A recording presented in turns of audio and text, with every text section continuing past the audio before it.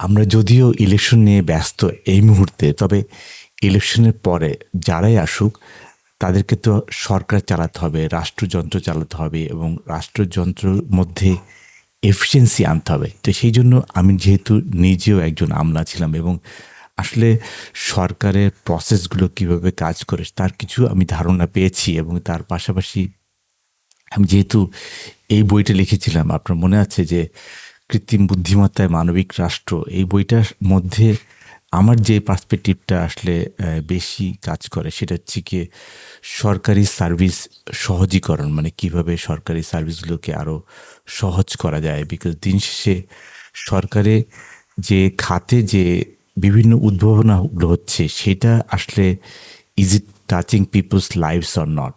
এই জন্য আসলে আমরা অনেক সময় দেখেছি যে আমরা যখনই সরকারি সিস্টেমে কাজ করি সেখানে একটা জিনিস আমি সবসময় বিশ্বাস করি যে আমরা ডিজিটাল ওয়ার্কফ্লো, যদিও ডিজিটাল প্রসেস ফ্লো নিয়ে আমরা কথা বলি, কিন্তু আসলে এটাকে আমরা শুধুমাত্র অ্যানালগ প্রসেস থেকে আমরা ডিজিটাল করেছি, কিন্তু মাইন্ডসেট ওয়াজ অ্যানালগ। তার হচ্ছে কি আমাদেরকে মাইন্ডসেটে এটাকে ডিজিটাল প্রসেস ফ্লোতে কনভার্ট করতে হবে। সুতরাং অ্যানালগ যে প্রসেস ফ্লোটা ছিল সেটাকে যদি সিমলেসলি আমরা ডিজিটাল ওয়ার্ক ফ্লোতে যদি কনভার্ট করি সেখানে কিন্তু অনেক কাজ আছে। এবং তার মধ্যে আরেকটা অংশ আমি যেটাকে বলি সেটা হচ্ছে গিয়ে সেবা পদ্ধতি সহজীকরণ এবং প্রসেস ম্যাপ। এই প্রসেস ম্যাপটা কিন্তু খুব জরুরি। এটা যদি না হয় তাহলে কিন্তু আমাদের সময় অনেক লাগবে। তো এখানে আমি যদি একটা উদাহরণ দিই, যে ধরা যাক সেবা সহজীকরণের একটা জিনিস, আমি এটা আসলে অনেক জায়গায় বলি যে bureaucracy is an obstacle. Bureaucracy is an obstacle to be conquered with persistent confidence and a bulldozer when necessary. এটা আসলে আমি নিজে যেহেতু এই জায়গাটাতে আমলাতন্ত্রে আমি কাজ করেছি এবং এখানে আমি দেখেছি যে কিছু কিছু সময় ইটস নট দ্যাট উপর থেকে আসলে বলতে হবে, ইটস নট যে টপ ডাউন অ্যাপ্রোচ সবসময় কাজ করবে, বাট এখানে বটম আপ অ্যাপ্রোচও কাজ করতে হবে। আমি জাস্ট একটা উদাহরণ দিচ্ছি যে এখানে একটা ছোট্ট কাজ, আমি মনে করি যে এখানে একটা সিম্পল একটা, আমি এই জিনিসটা আমি নিয়েছিলাম যে মন্ত্রী পরিষদ যে বিভাগের যে সেবা সহজীকরণ ম্যানুয়াল থেকে আমি আসলে ব্যাপারটা নিয়েছি, যে এখানে দেখানো হয়েছে যে একটা সাধারণ চিকিৎসা অনুদান, যেটার আগের পদ্ধতি কী ছিল, আগের এখানে 50টা স্টেপ ছিল।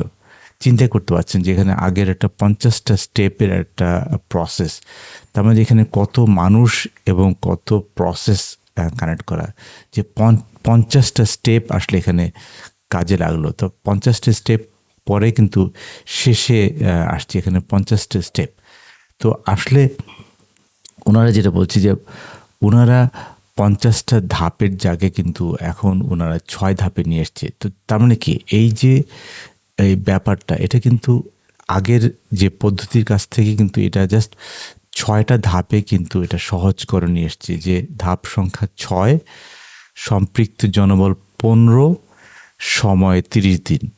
এই যে একটা টাইমলাইন, এই টাইমলাইনটা কিন্তু আসলে it is just a kind of like process flow optimisation. এবং প্রসেস ফ্লো অপটিমাইজেশন যদি আমরা আগেরটা দেখি, যে আগের প্রসেস ফ্লোতে আমরা যে টোটাল এখানে দেখি, এখানে দেখাচ্ছে যে আগে ধাপ সংখ্যা যেখানে বলা আছে যে ধাপ সংখ্যা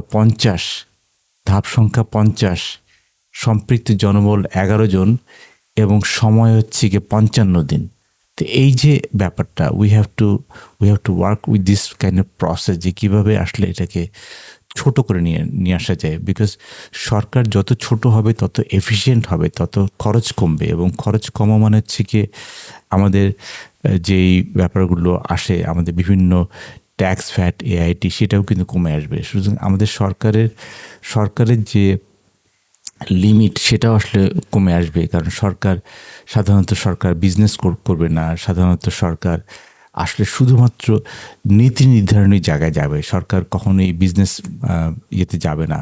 তো এই জায়গাটাই তো মেইন পয়েন্ট, যে আসলে সরকার কিভাবে কাজ করে এবং সরকারকে কিভাবে অপটিমাইজ করা যায়, এবং দিন শেষে সরকার কিভাবে আসলে ছোট করে আনা যায় এবং সরকার মধ্যে কিভাবে অপটিমাইজেশন আনা যায়, তার কিছু ধারণা আসলে আমি নিয়ে এসেছিলাম এই বইটাতে। আপনারা তো এই বইটা দেখেছেন যে এই বইটা আমি আসলে লিখেছিলাম একটাই কারণে যে কিভাবে কৃত্রিম বুদ্ধিমত্তা একটা দেশকে নিতে পারে। সো কৃত্রিম বুদ্ধিমত্তা একটা দেশকে কিভাবে কনভার্ট করতে পারে সেটা একটা ধারণা আসলে আমি নিয়ে এসেছিলাম এই কল্যাণী 2.0 বইটাতে।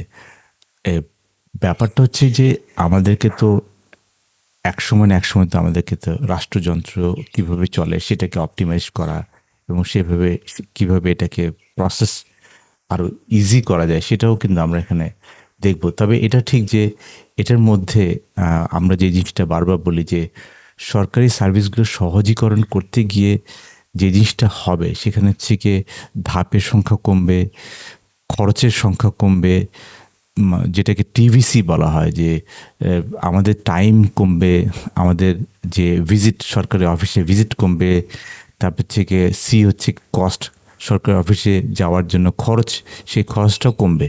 তো এই জিনিসগুলো কিন্তু ডিপেন্ড করছে যে কিভাবে সরকারি খাতে ইনোভেশন আসবে এবং তার পাশাপাশি ডিজিটাল ওয়ার্কফ্লোটা কিভাবে কাজ করাচ্ছে, যেটা আমাদের এখন বর্তমান অ্যানালগ ওয়ার্কফ্লোটাকে আমরা ডিজিটাল করছি, which is not total digital, that has to be also done. At the same time সেবা পদ্ধতি সহজীকরণ এবং সেটার প্রসেস ম্যাপ কীভাবে তৈরি করতে হবে সেটা আসলে আমাদের এখানে ওয়ার্কআউট করতে চাই।